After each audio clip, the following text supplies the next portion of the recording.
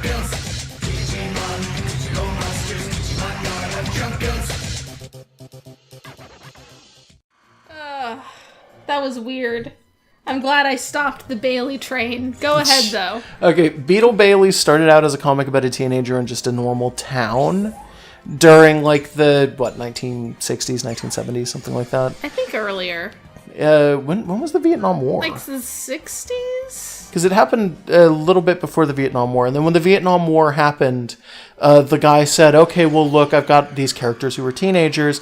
Maybe it would be like important or impressive or outside the box if I make them go to like Vietnam and have to deal with that. So I can shift the comic for, a little bit of time and then have him come back when the war is over. And the war never ended for Beetle Bailey. Yeah, he's been perma-mashed. Yeah, perma-mashed.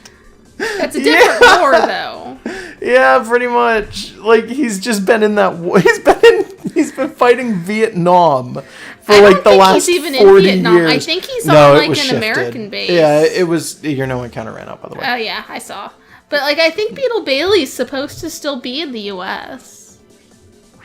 Well, I don't remember what the original army base was, but I think it eventually got retconned so that it would be on like he's just standing military now, so he just sits on the base or something like that, and does they re-roll the clock every so often so that it doesn't immediately mean that Beetle Bailey's been sitting there for like 40 years once again. While the Sarge and his Sarge dog just sort of yell at him. Beetle Bailey, you didn't beetle your Baileys. People also often forget that John Arbuckle from Garfield had a roommate who owned Odie, who was the original owner of Odie, and he had him for a very long time. And then the Vietnam War happened, and they decided to put that character out. Is that how that happened? Yeah. So that character went off because he was drafted, and he went and fought in the Vietnam War or whatever, and he never came back. And Odie's just been John's dog ever since. Yeah, and it's like, jeez. I didn't know that part. Yeah. Newspaper comics are amazing because some of them are literally just zombies of a bygone era. Like, they've just been kept around by virtue of having already been around. Like, that's as old money as you can get. Sometimes they're kept around by the family members of the person. Yeah, so, like the estate. Well, not just the estate. It's like, okay, so let's say you have a comic creator for, like, a newspaper comic, right? Mm-hmm. And as time goes on, he does his newspaper comic for, like, 20 years. And then passes it on to his son and or then whatever. Starts training his son. And then eventually passes it on, and then winds up dying, and then his son will continue it, and then eventually pass it on to his son. I'm pretty sure Family Circus is like that, which is great because it's based on the artist's kids. Family Circus is like three generations down it's been handed, and it's like, oh my god, Family Circus. So it's like about the artist at this point? It's about the artist's father, I think, at this point, because Jesus. I think it was about the guy's son, who was the current guy's dad.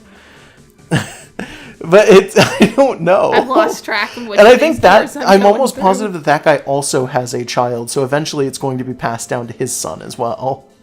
They just passed that down. Marmaduke was passed down as well, and so was Heathcliff. But I think Heathcliff was passed down from an uncle to a nephew. Yeah, something like that. I don't think that was a direct lineage, but it was somebody very close to him who was an artist, and he went, hey, here's Heathcliff. I'm pretty sure I'm in the right direction. I have no idea. I don't remember this area. I remember getting very confused and... I am because I've hit a wall and I have to activate a switch. Yeah. I remember this place just being kind of about everything. Yeah, it all looks the same. Yeah, it super does. I remember us getting really mixed up because I thought for the longest time that something was a big loop, and I swear I think it still is a big loop. And like I looked at the video footage and it wasn't, and I was smug about it. No, I think I looked at the video footage and it was, and no, it wasn't. No? Are we gonna have this fight again? I don't want to. No, we're gonna debate the loop that wasn't a loop. No, I'm not gonna debate the non-existent loop if that's truly what it is. Yeah, no, we're doing fine. My sense of like RPG dungeon direction is good enough. I have to admit, I'm amazed that Jim Davis has not passed down Garfield. Yeah, that's weird. I He's mean, been he's doing got it like a team himself. of assistants, right? I don't know if he does. I'm not actually sure. Well, good on him if he's doing all that himself at the age of like 120. Peanuts was not passed down, which Yeah. a lot of people, I think, lamented the idea of. Yeah, because like- it just like, died. it was Peanuts kind just of- stopped. That one was culturally significant enough that making it a zombie would have been worse. Yeah, I well, think. like, I would agree with that, definitely, but Like I do know that there were people people who were don't not. give a shit about Blondie. Like, if Blondie Bland gets passed Blondie. on, no Blandy. one actually cares. It's no, farther it's to this the way. left, yeah. Blondie should get passed on. Yeah, it has like 3 times, I'm pretty sure. Oh, has it? Okay. Yeah, dude, Blondie's from the 20s. yeah, yeah. Blondie's old. I thought maybe there was just like a skeleton riding it. I No. don't know. But anyways, like, no one actually gives a shit about that. Like, it can be passed down and it will continue being the same boring-ass thing it always was. Big deal. Fucking Peanuts was considered enough of a real cultural thing. Like, that was a cherished work that, like, it would be God, worse sorry. to pass it down to someone who would change it. Also, it was probably personal enough that, like, no one else could have taken it up, because no one was as miserable. Okay, I think it was partly about not Jim Davis, that's Garfield. Schultz. Charles Schultz's early life as like Was a there child a T or there? whatever. Could just be Schultz? I don't remember. I don't remember. That guy. Charlie Yeah. Brown. Charlie Bound. Charlie Brown. He's bound for Charlietown. Okay. God, speaking of authors, do you remember that the thing that I was telling you earlier this week about the guy who makes Doug? Oh, God. Okay, so I saw a lot of people who were really depressed by this, and I didn't think it was depressing. I thought it sounded creepy. Oh, God, And yeah. I think you agreed with me, right? Yeah, Should yeah. I tell that one? Yes, tell the story. Like, try to summarize it pretty okay, well, succinctly, basically, there have been a handful of people who have decided to go out of their way, who are big magazines. I think Variety specifically has been doing it, and Entertainment Weekly and stuff like that, have been doing interviews with creators and executives of Nickelodeon, and specifically of Nickelodeon shows. So creators of cartoons from the 90s. So cartoons like Doug and Rocko's Modern Life and Hey Arnold and Rugrats and stuff like that. And one of the first things that they do when they do this is they ask, are you interested in actually bringing back these shows? And then they'll go and ask the network execs. And if the network execs are like, oh, hell yes, we'd want to Succinct, bring that babe. back. What was that? Sorry. Okay, basically they've been asking, and some shows have been greenlight, possibly not as a result, but Hey have been Arnold is greenlight. going to have the Jungle Hey movie. Hey finally. Arnold is finally going to have the Jungle movie, and it might get another series or something, who knows.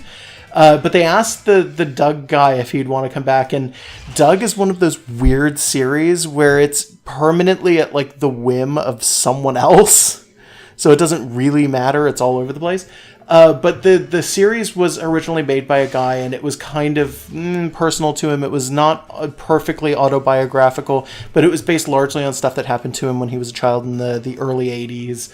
And it was taking out of like his journal. Oh my god. Oh yeah, that's right. Beelzemon was the guy in this area. Bada bing. It's gonna go to Lupin. Why? I'm not sure why. It's not enough. I eat, and it's still not enough. He's Weird. He's At least gluttony. he's generous. Yeah. At least he's not keeping it to himself. That's oh not shit, very you're eating gluttony, his fairy though. food and now you're stuck here forever. That's not very gluttony, though. He's like, hey, oh god, I'm gonna eat a Kozaburo lot. was a glutton too. He doesn't look like it. Yeah. Like, all we know about him is that he's a detective and that Do he you want dresses some? like Sure. a weirdo. And then the fight starts. Yeah, what the hell? Like, there's nothing about his character that's suggested to this point that he eats a lot. I mean, there's no reason he couldn't. He could just have, like, a really high metabolism, but, like, where was this coming from?